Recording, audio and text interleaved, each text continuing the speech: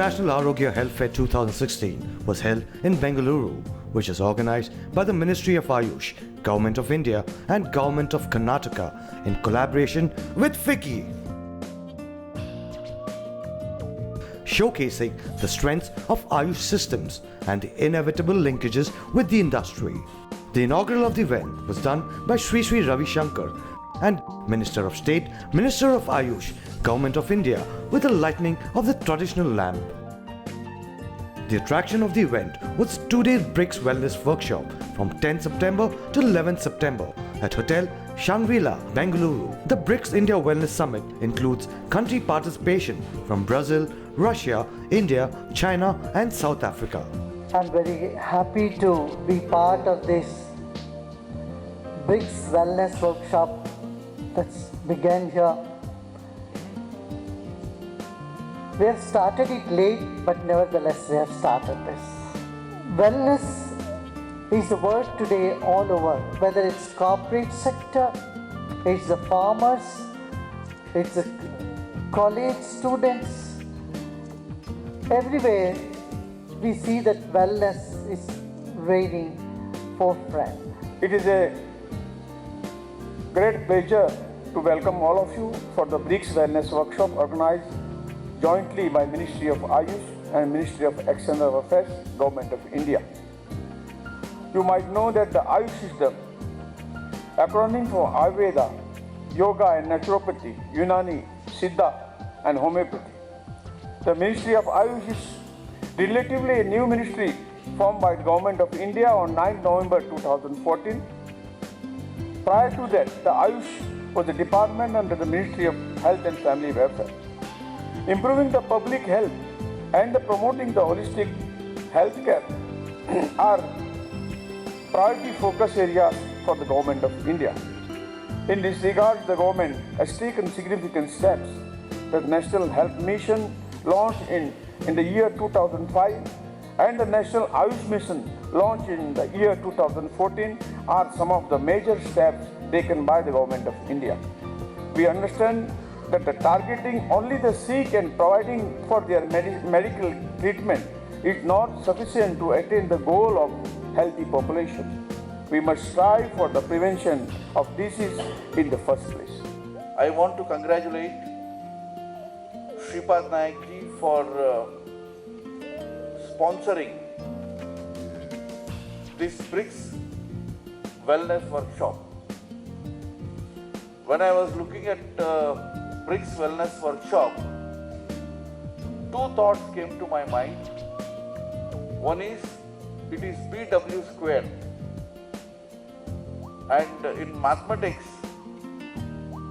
whatever is a square gets an additional advantage, and especially BRICS. The total population of the world is 7.2 billion and BRICS population is 3 billion. That means 40% of world population is being represented from this dais. I am pleased to share with this August Assembly that the Ministry of Ayush Government of India has already engaged with all the BRICS countries for cooperation in traditional medicine at different levels. We have signed MOU for academic chairs. We are in the process of signing an MOU with the University of Rio, and also with Russia. We have already signed an MOU with the University of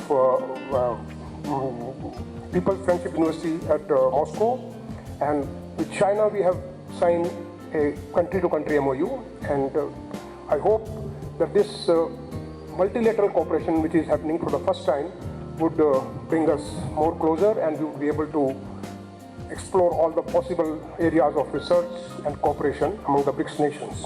Is going to do very well. Our Prime Minister and our Vice Chairman of NITI has been emphasizing in terms of 8% economic growth, and under the leadership, I think we would be able to achieve high economic growth that we are expecting. So from that process, we should make an effort that we have more and more people included in this effort, and from that point of view, the idea of wellness index is extremely important. We would try to evolve it. There are challenges with EU and US and many other markets where we can collectively work based on scientific applications. So you would find in the program sessions where we have tried to combine modern technology, trying to address the issues related to traditional practices. The economic impacts of mobility are felt at the individual, the workplace, societal and state levels.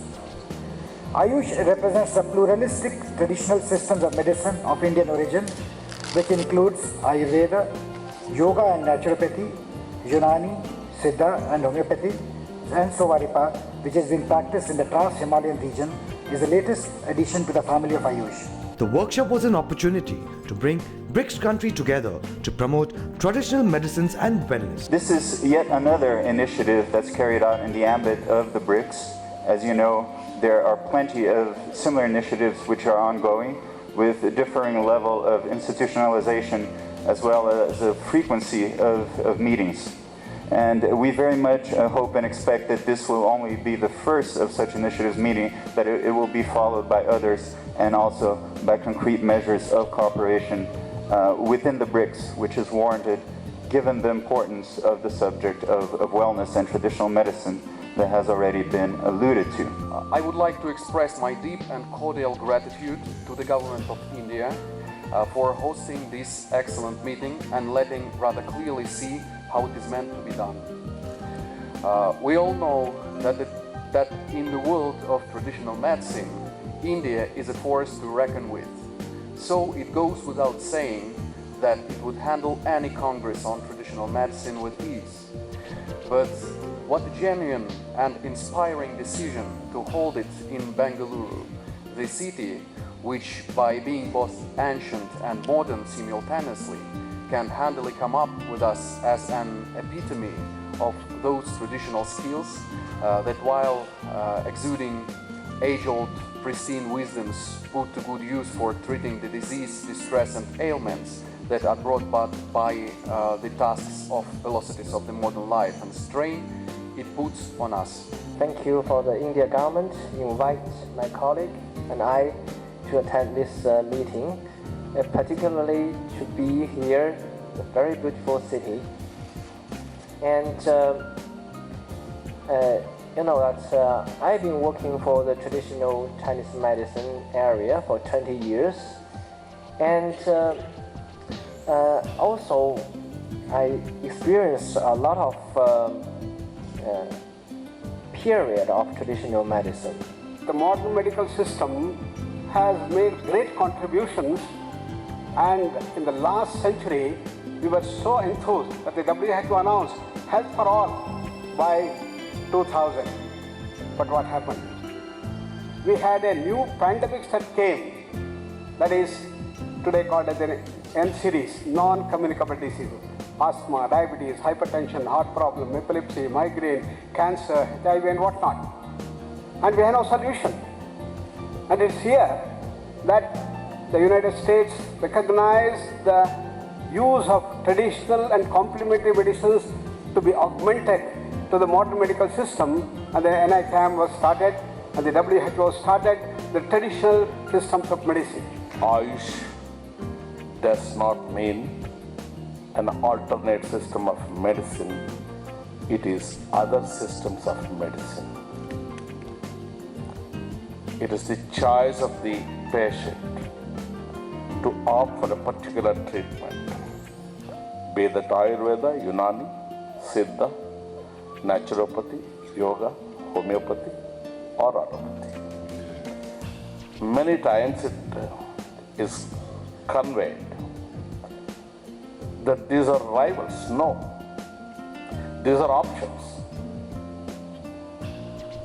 And wellness in a society should just not get confined to the physical aspect of it. The delegates of the BRICS countries shared practical experiences, information and knowledge on a number of issues around regulations, affordability, accessibilities and the use of the traditional medicine. It has been originally envisaged is got a twofold purpose. Number one, to reverse disease, and the second is to enhance health, to maintain health, or one who is healthy. We need to keep this in mind because the entire theme of this workshop is wellness. That word wellness, which means different things to different people. So, and the fact that you're talking about good health and well-being in the physical, mental and spiritual dimensions. Purpose is to balance imbalance. Balanced state is healthy state, imbalanced state is an unhealthy state, and then get into ill health and then to disease. Majority of the people go to a doctor when they get to really disease. So the stage of imbalance and ill health, this is the area where all these traditional systems of medicine can do wonders and do a lot of area where we can prevent and improve the situations. There's a fundamental definition difference between Ayurveda of health in Ayurveda and health in allopathy. Allopathy defines health as the absence of disease, and Ayurveda defines health as the presence of health. It's an opposing definitions, and therefore, in Ayurveda, when there is person's weight is excessive, when stress is there, or many other factors become a situation of unhealth. And that is which I think is the tourism angle to it and is being discovered. The point to ponder upon here is to strategically, how does BRICS achieve this in such a manner that it is sustainable in more ways than one? It should be relative to all that exists, but I think a lot of people have been speaking about that. The circle is the oldest known symbol to man, seen throughout all cultures of the world throughout the history to represent completeness, and it has no beginning or end.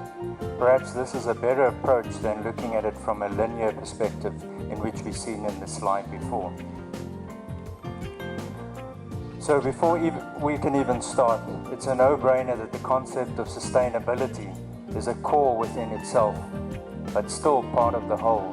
We could expand beyond the capacity that Mother Nature can supply, rendering all very much similar to the system already in place. Nature is not a commodity, but a willing partner that, like us, has limitations. How do we maintain our life? While maintaining our life, how we should maintain the environment, how should we take care the kettles, the livestock and everything, the medicinal plants.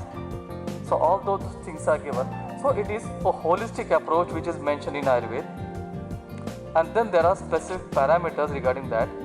And when we talk about the wellness, I think that the BRICS countries along with WHO, because WHO support is very essential. The agenda of the event was to establish a process of building partnerships and synergies among the BRICS countries. The next part of the event to be continued in the next part.